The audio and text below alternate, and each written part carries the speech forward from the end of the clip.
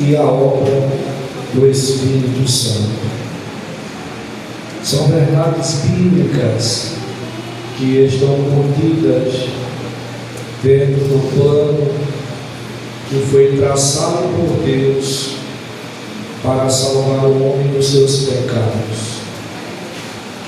A carta aos Efésios só uma das 13 cartas que foram escritas pelo apóstolo Paulo, ele que foi incumbido por Deus de ser o apóstolo dos gentios. A palavra apóstolo significa o enviado, ou aquele que é enviado por Deus para fazer missões. Em uma de suas viagens missionárias, Paulo chega à cidade de Éfeso. A cidade de Éfeso era conhecida como um centro grande de comércio, aonde muitas pessoas ganhavam a vida por ela ser uma cidade rica, uma das maiores cidades do Império Romano. A igreja de Éfeso foi fundamentada na palavra que Paulo havia pregado. Esta igreja é uma das igrejas que, dentro deste contexto histórico, não recebe nenhuma repreensão de Paulo a respeito desta carta.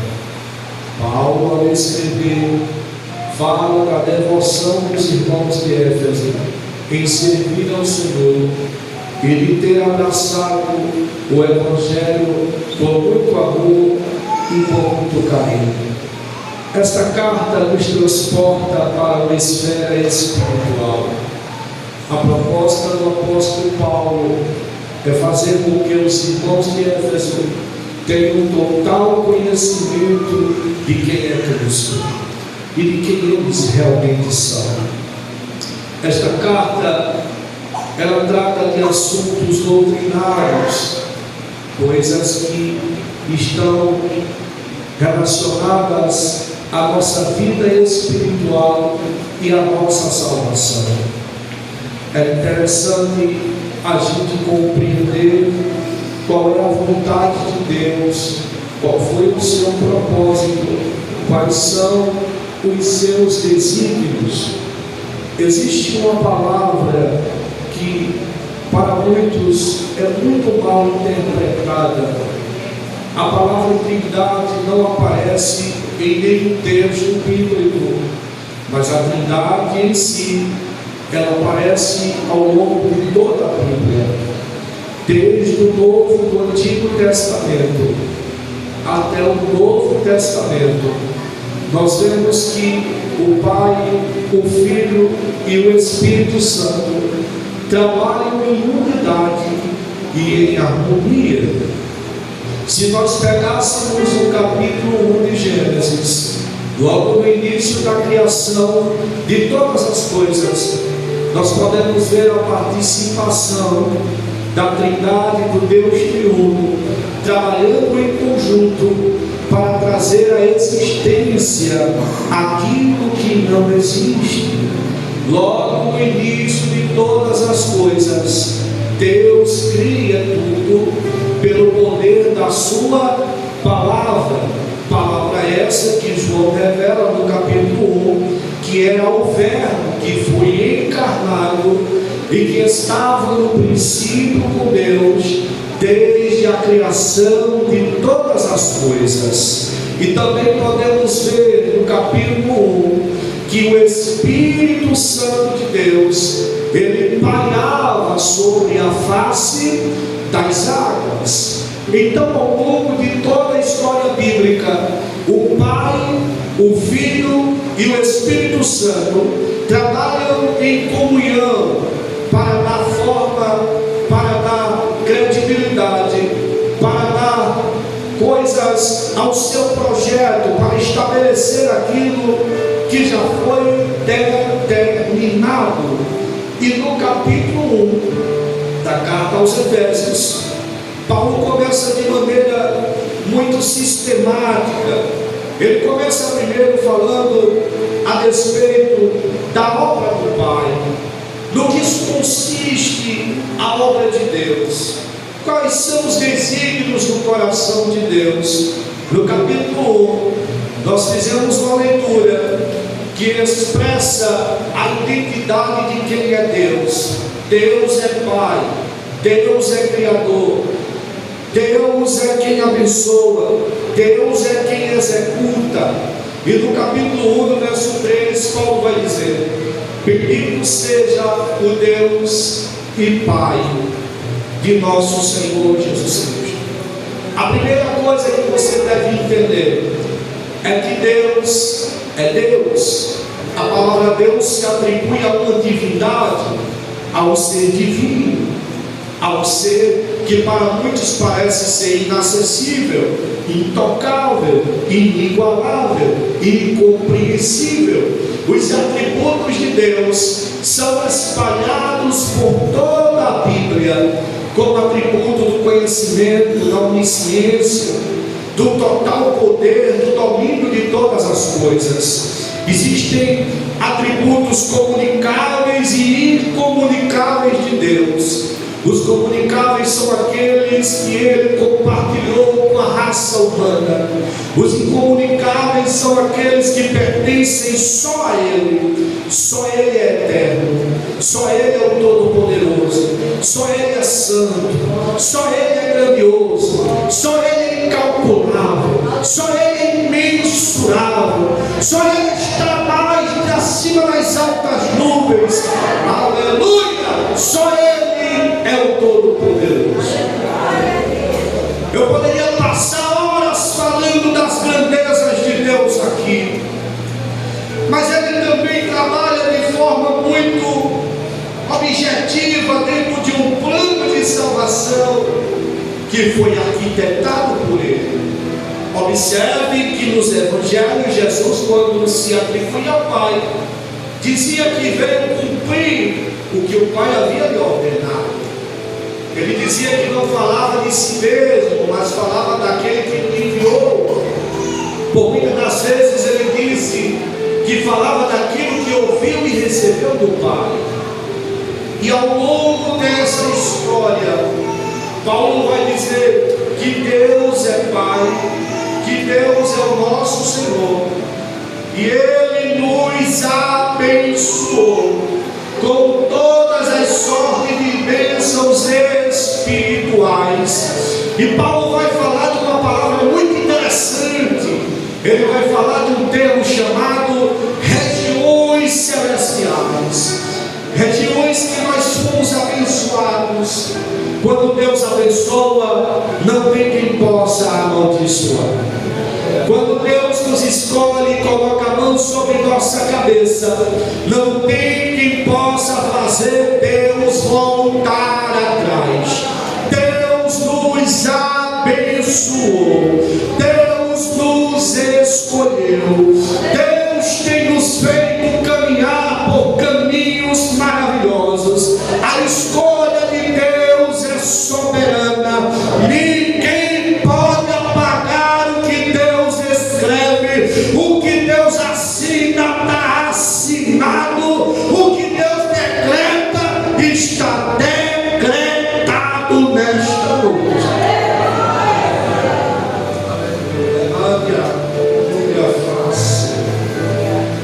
Ele abençoa. Um dia ele chamou Abraão e disse: sai da tua terra, da tua parentela, sai da casa do teu pai e vai para a terra que eu te mostrarei. E disse mais: eu, Senhor, abençoarei os que te abençoarem. Eu, Senhor, amaldiçoarei os que te amaldiçoarem. O que é que você está querendo dizer, pastor? É que sobre aqueles que confiam em Deus, eles estão debaixo da bênção do Todo-Poderoso. Não há maldição, não há encantamento, não há obra de bruxaria, de macumbaria,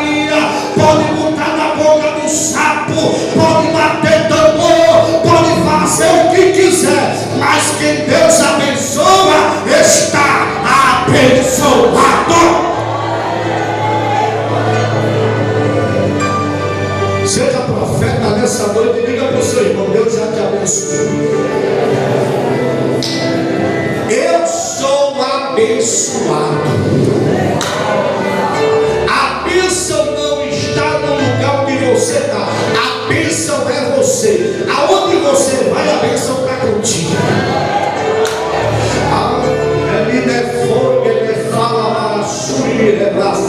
A bênção já está com você. Deus abençoou. Um dia o profeta se vendeu. O nome dele era Balaão. Ele foi consumido pelo desejo impetuoso de ficar rico, pelas coisas deste mundo. E o rei dos Moabitas, Balaque, fez uma proposta para ele. Levou ele no alto de um monte e disse: olha, tem um povo aí que saiu do Egito, que aonde esse povo bota a planta do pé, a terra se torna deles. Mas eu tenho uma proposta para você. Eu sei que você é profeta e você tem comunhão com Deus. Eu vou te pagar para tu amaldiçoar. Aí a Bíblia vai dizer, isso está lá no livro de Números, capítulo 20 ao 23. Diz que Balaão sobe no alto monte. E quando Balaão viu a grande multidão, ele disse: agora eu vou amaldiçoar. Quando Balaão abriu a boca para amaldiçoar, Deus mudou a linguagem do profeta. E ele disse assim: eu não posso amaldiçoar o que Deus abençoou. Tem alguém entendendo o que eu estou pregando aqui? Você já é abençoado. Você está debaixo da bênção do Todo-Poderoso. Ninguém pode amaldiçoar você.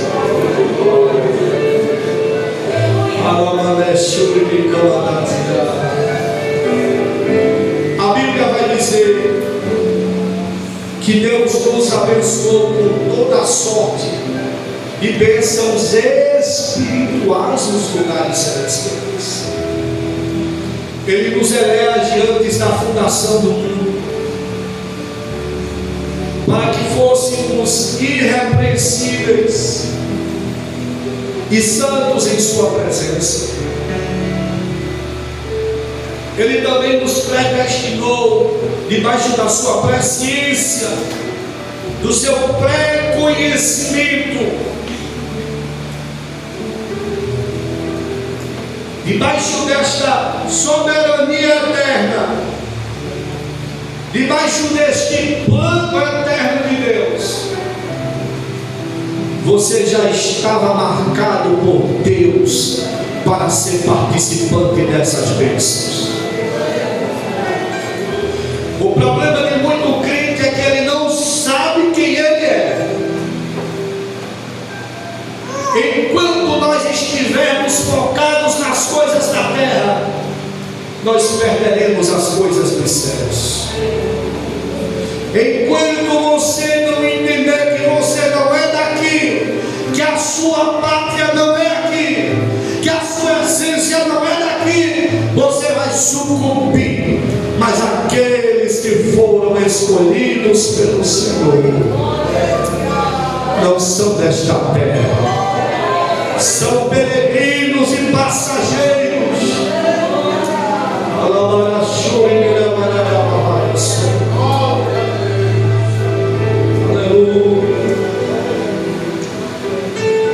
Ele nos predestina para a salvação, debaixo da sua presciência, debaixo do seu conhecimento. E ele vai dizer uma palavra aqui que é muito interessante: filhos de adoção. Essa palavra no original é filiação. Nós éramos inimigos de Deus. Nós estávamos afastados da glória de Deus. Mas diante do plano de resgate, de redenção, através de Cristo, Deus nos predestina para sermos filhos adotivos. Nós não somos filhos apenas de adoção, mas somos filhos pela filiação. Nós de fato nos tornamos filhos de Deus, como se fossem filhos biológicos, não como se fôssemos filhos adotivos, que alguém vai para uma fila de espera e coloca seu nome lá e espera a justiça lhe chamar e tem todo requisito para você ser pai adotivo ou adotar um filho. Não! Deus nos escolhe, Deus nos separa e nos tornamos filhos pela filiação. É por isso que a palavra vai dizer que no início Jesus era o unigênito de Deus, mas depois da cruz a palavra não se refere mais a Cristo como unigênito, mas como primogênito, porque depois da cruz nós se tornamos filhos pela filiação. Dá para você dizer para alguém nessa noite, dizer para ele: você é filho de Deus.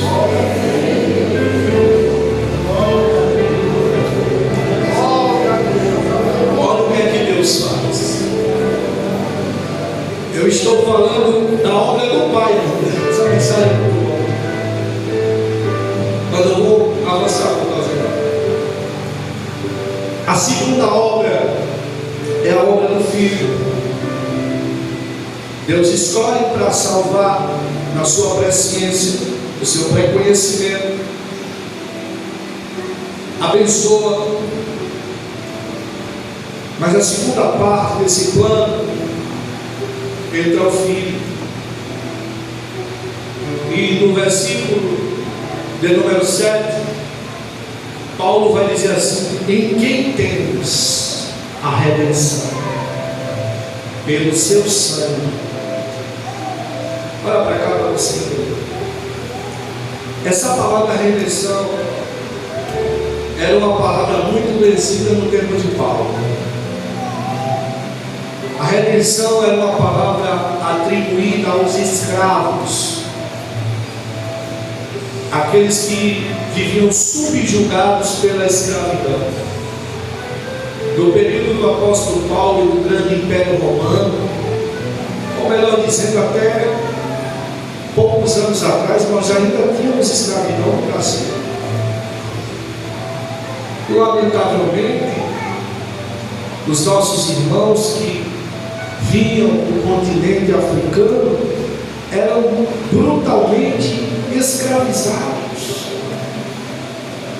E na época de Paulo, existiam muitos escravos, pessoas que eram vendidas e compradas como uma mercadoria barata. Escravo não tinha nenhum tipo de regalias, escravo não tinha nenhum tipo de voz, o escravo não tinha nenhum direito trabalhista, era escravo. Por muitas das vezes eram disciplinados, espancados. E Paulo vai usar essa expressão se tratando do homem caído, o homem que é escravizado pelo pecado, o homem que é dominado pelo pecado. Paulo vai dizer que através de Cristo, na obra do Filho, Ele trabalha em nós debaixo de uma palavra chamada redenção. Mas o que é redenção, pastor? É pagar o preço de um escravo. Jesus na cruz estava pagando o preço de um escravo. Nós éramos escravizados pelo pecado. Mas Jesus olhou para a gente e sabe o que é interessante? É que a gente não valia nada. Mas Jesus foi o único que comprou uma mercadoria que não valia nada e que custava muito caro.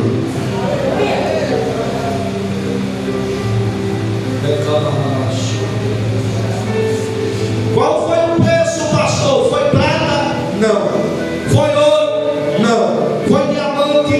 Não. Foi pedras preciosas? Não. Foi algo mais precioso do que isso. Foi sangue puro na cruz do Calvário.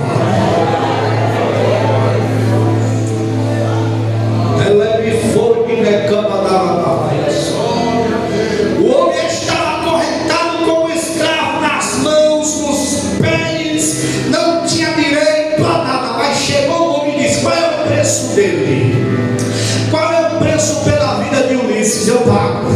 Ele vale muito, eu pago. Qual é o preço pela vida do pastor Amorim? Eu pago. Qual é o preço pela igreja do Parque Capibaribe? Eu pago. Ele não vale nada, mas eu vou pagar um alto preço, porque eu quero libertar eles da escravidão do pecado.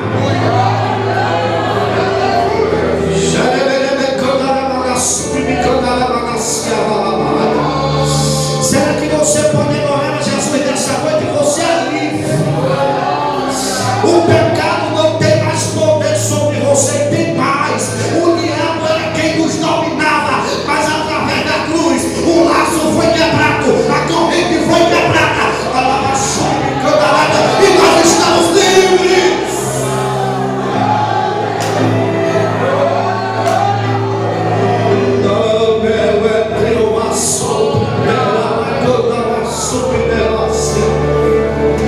Eu sou livre para adorar.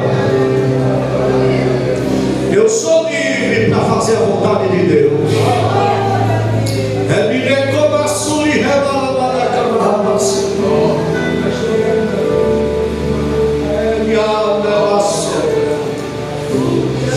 A raiva do diabo é essa, porque quando olha para nós, ele olha para nós como ser insignificante.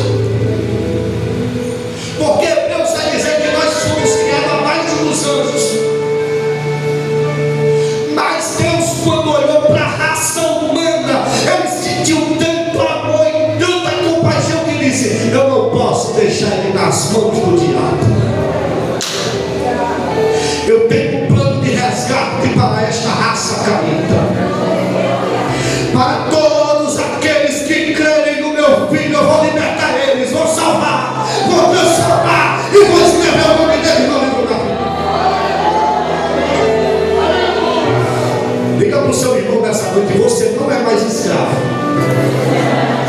Diga assim: você é livre. E tem mais para quem vem ouvir Deus falar nessa noite: de escravo você se tornou livre e passou a ser filho de Deus. Eu sou filho, você é filha de Deus.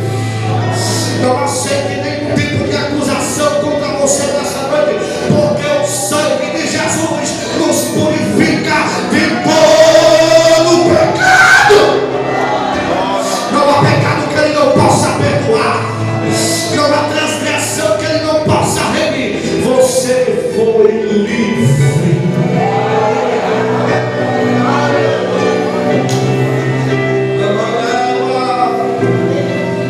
Eu sinto a graça de Jesus. Ele nos livrou da morte. Como uma sempre na semana. E o que mais passou? Para terminar, tínhamos mais coisas para falar mais além. A terceira obra é a obra do Espírito Santo. E ela está baseada dentro desse plano de salvação. O Pai escolhe, o Pai abençoa, o Pai, segundo a sua presciência, nos abençoa. O Filho, através do sangue, nos trouxe a redenção. a libertação dos nossos pecados. E através disso nós nos tornamos filhos de Deus. E agora, qual é a obra do Espírito Santo? Segundo o texto, existem muitas coisas, mas dentro do texto, estou dentro da exegese bíblica. O Filho salva, livra do pecado. E o Espírito Santo agora vem para completar a obra. Qual a obra, pastor? A obra da salvação. O Espírito Santo agora vem como um selo. Como um selo. Como uma marca. Que todo crente carrega o que, pastor? A marca da promessa. Qual é a promessa? A promessa da redenção eterna. Como assim o senhor falou de redenção? A obra ainda não foi concluída. Como é que o senhor está dizendo isso? O processo de salvação ele é completo. A salvação se dá em 3 estados. Deus salva a alma, Deus salva o espírito e Deus salva o corpo do homem. Isso está em 1 Coríntios capítulo 15. A última fase que nós ainda iremos passar por ela se chama a fase do arrebatamento, a transformação do corpo. É por isso que o Pai colocou o Espírito Santo como um selo de propriedade. É por isso que Apocalipse vai dizer que nós somos propriedade exclusiva de quem? De Deus. E como é que as pessoas sabem que nós somos de Deus? Mediante o selo do Espírito Santo. Há uma marca em você que ninguém pode apagar. Há um selo em você que ninguém pode arrancar. Você tem a marca da promessa de Deus como garantia de que Jesus foi ao céu, mas Ele vai voltar para buscar a sua igreja.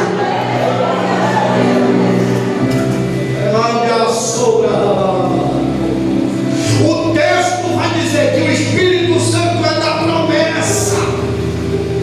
Ele é o penhor da herança. Qual é a herança? Somos nós.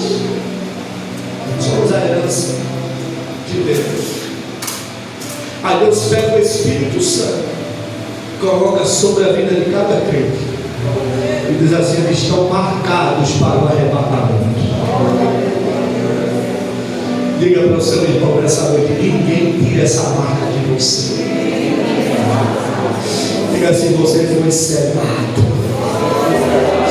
O diabo, quando olha para a gente, sabe até por que você anda com Bíblia debaixo do braço? Por que usa paletó? Por que bota gravata? Por que usa saia longa ou vestido? Não.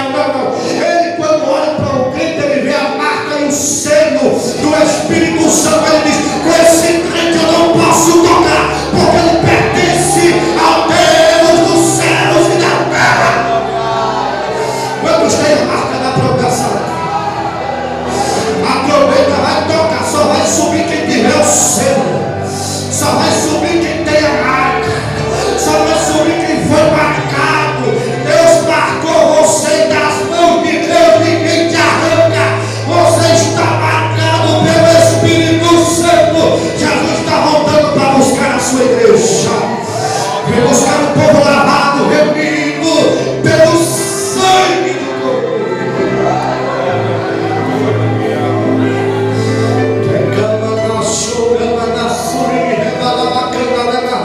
Eu encerro agora as minhas palavras dizendo que a obra de Deus será concluída na sua vida.